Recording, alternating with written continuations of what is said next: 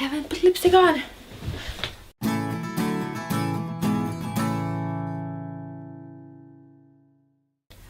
Okay, welcome to this week's video. 1/3 of my exchange is like done. I was like, hey, let's talk about my exchange.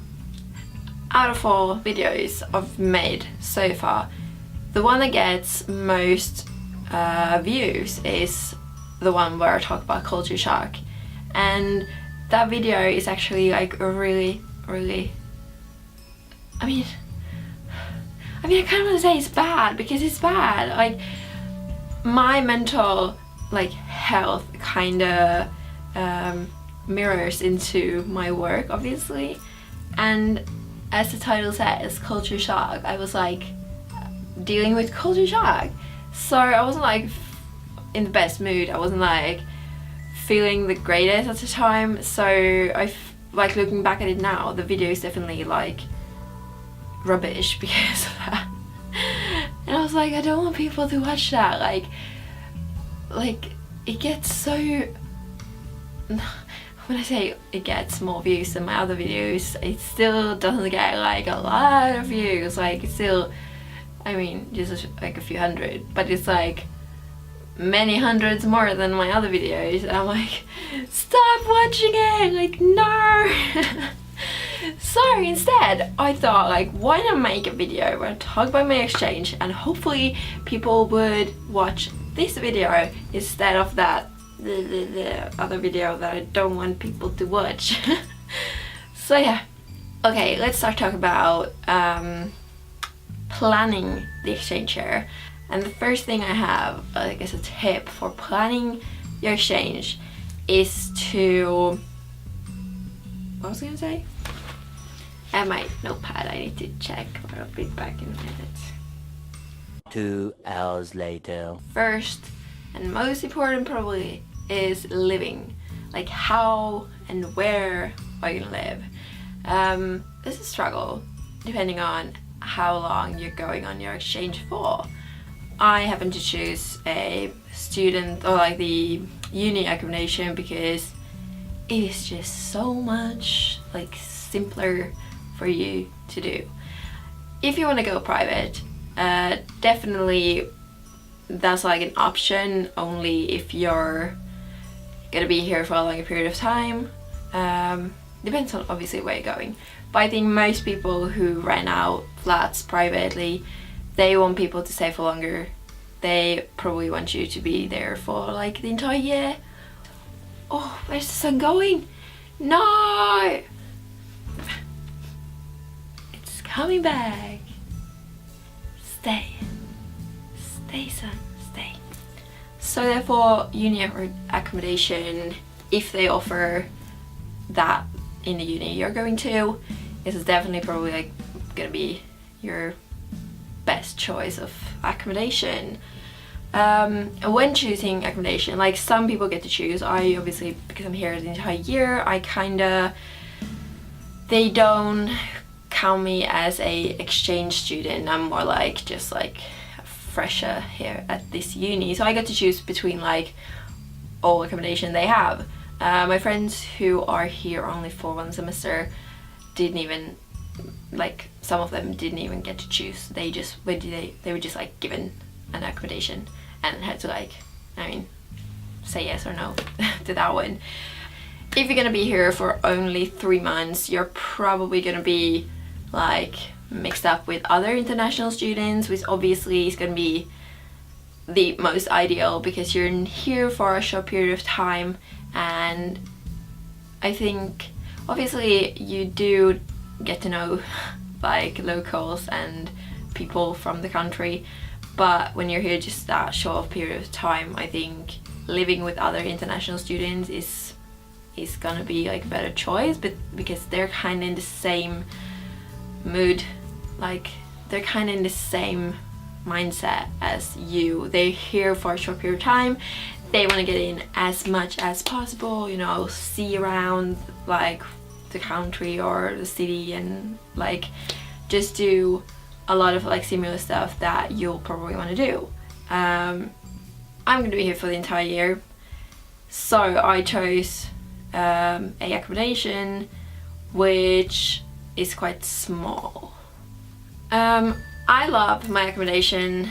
I went for a flat with only 2 other people because I'm used to living in a studio. I've lived on my own for 2 years or something. So I was like, yes, it's gonna be great with like only 2 people. That's not bad. Like most halls are for like people with like, it's like 5 to 7 people sharing kitchen and bathrooms. Or depending on if you choose an institute, you're obviously gonna have your own bathroom, but like they're usually like, halls are usually like big apartments with a lot of people. So I felt like, yeah, like 2 people, that's not bad, that's gonna be great. Like, you know, it's kind of like my own studio back at home. It turns out that maybe for me that wasn't like the best option because I feel like if you're moving to a new place, like you're moving abroad to a country where you don't know anyone, you need to surround yourself with as many people as possible, like, because that's gonna help you so much. I do like my flatmates, even though there's only one of them left because the other one quit uni and isn't living here anymore. So it's just like 2 of us in our flat, and my flatmate lives quite near here, so she goes home a lot, so I technically have my own studio. And back home, where I have my family, where I have friends, where I have my hobbies, where I have like social life outside my house, living in a studio is like my ideal.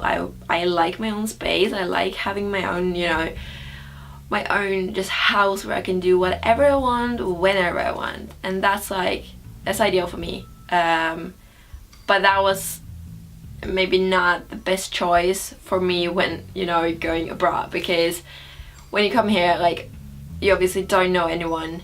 You're kind of lonely, so then also be living kind of by yourself has been maybe harder than I expected. Second thing I want to talk about is insurance. Do find out information about if you're provided any insurance through a uni or if you have to get it yourself. Even though we have something through uni, I think like a travel insurance is definitely like a must for most people going like abroad. And it definitely like differs what country you go to. Like I feel like if you were to go to like somewhere like America or somewhere where like health care is ridiculously expensive, you definitely need one. In UK where I am, I found out that they have free healthcare, which is like amazing. It's like being home because we have like free healthcare in Finland. So I'm like, I kind of think, you know, obviously travel insurance is always good to have if you get robbed or something, but like I won't even need my travel insurance for any health related stuff because I get free healthcare.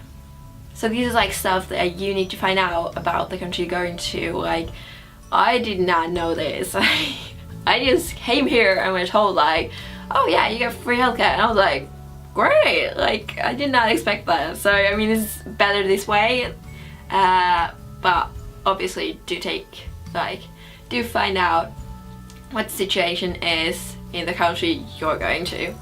And then my last tip for like before the exchange starts is to contact people online, and that, for example, helped me a lot like during the first days, because like when you don't know anyone, I hadn't like spoken to anyone, but I knew like a girl that I'm really good friends with today. I was just like Facebook friends with her from like prior to the exchange, and we hadn't like spoken anything on Facebook, but I was like, girl, I know you, we're Facebook friends, and she was like, yes, and I was like, I'm gonna stick to you, like I'm just gonna hang around you. So it's like good to like know someone. You might not like speak a lot or anything, but you have like someone, like a face you actually recognize, and like you just know like, hey, we're the same, you know. Then let's go to the exchange itself, when it starts, I have a few, but I have one very, very, very, very, very important thing, and that is to just go, go, go. Like the first week or weeks are just gonna be packed with events and just go and everything. Even though you're sick, obviously if you're like dying, don't go. But like if you're like, oh, I just have a cold, go. Like you're gonna regret not going later on. And yeah, even though you're an introvert, just like force yourself out there. Like find someone, take a friend, like, or not a friend, but like find someone who you like and call that person a friend, and then just tell your friend to like, let's go together out somewhere. Just like go out there, talk to people. Like I feel that I'm really socially awkward. I honestly am. But then I've also been to a lot of events before, like through my what is it called? Like my society. We call it nation. But yeah, so I've been to a lot of events before in the past few years, and I kind of learned how to just, you know, go to a situation like alone and just like, you know, you just have to like force yourself to like open your mouth and talk with people and like just present yourself like, hey, this is me, who are you, where are you from, just like chit chat, like just like break the ice with as many people as possible. Another way to find a lot of friends is to join some kind of society or sports team if your uni has any of those. I recommend it so much, especially for people who are going to be here for an entire academic year, because if you just befriend people from like the international groups, you're going to be in the situation that I am in right now, that where most of my friends, I do have some friends, or not friends, I know people outside the international group as well, but most of my friends are international students and they're just gonna be here until Christmas. And I'm just like, oh, cool. Like, they're all going back now, and I mean, I'm going home for Christmas, but then I'm coming back, and I'm like, yay, I'm just gonna be here by myself then. But no, so that is definitely a thing. Go to societies, sports clubs, and befriend locals. And then we're gonna talk about honeymoon stage and cultural shock, because everyone is gonna be talking about this. And if you're going on exchange year, like now this Christmas, or whenever you're watching this and you're about to go there, you probably have heard about this. If you haven't, good thing that I'm taking this up now. You're probably gonna like latest hear it when you go abroad. But honeymoon stage is when you go to a new place, a new country, you move abroad. First, everything is gonna be great. You're gonna be like, yes, I love this. Obviously, you've been looking forward for your exchange. I mean, hopefully that's why you go on exchange. So yeah, hopefully you've been looking forward for it, and everything is gonna be good. Hopefully everything is gonna be like fun, and it's fun to meet new people. But then at some point you are gonna hit a wall. You are gonna be homesick. You are gonna feel awkward in this new country. You're gonna be like, oh, why is stuff like this when they're like this back home? Like everything is so much better back home, and like, and it's totally normal. It happens to everyone. I suffered cultural shock so badly.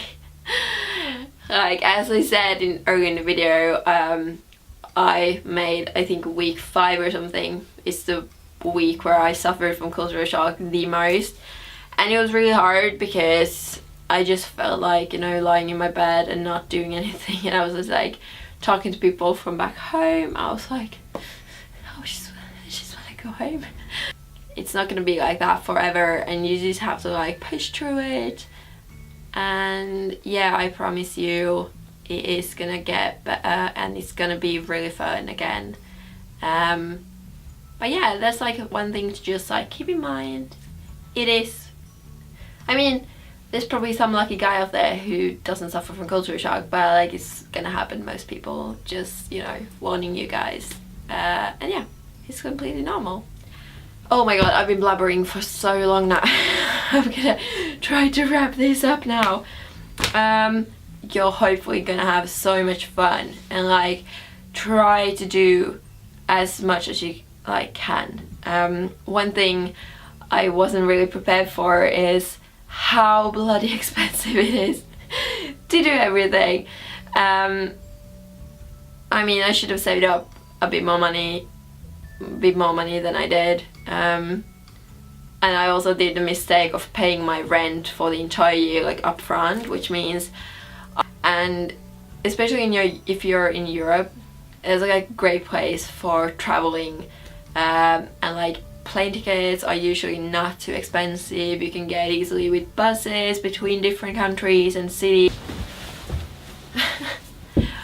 My camera just cut off because it's like, girl, nope, you have now been blabbering for way too long.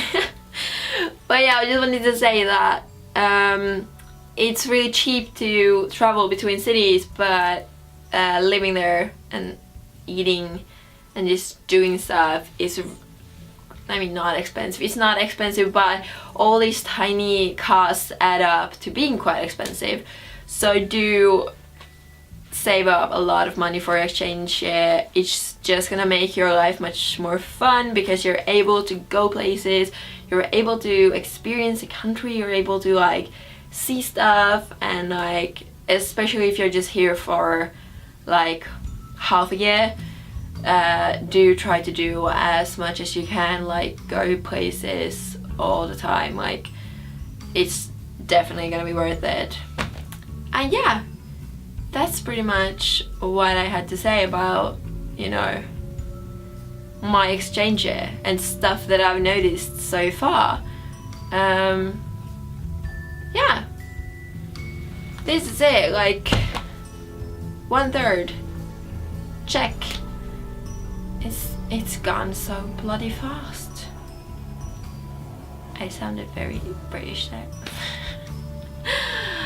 Anyways, thank you so much for watching. Obviously, I'm hoping this is gonna reach out to people who are going on exchanges. If you have any further questions, go ahead and ask them in the comments below.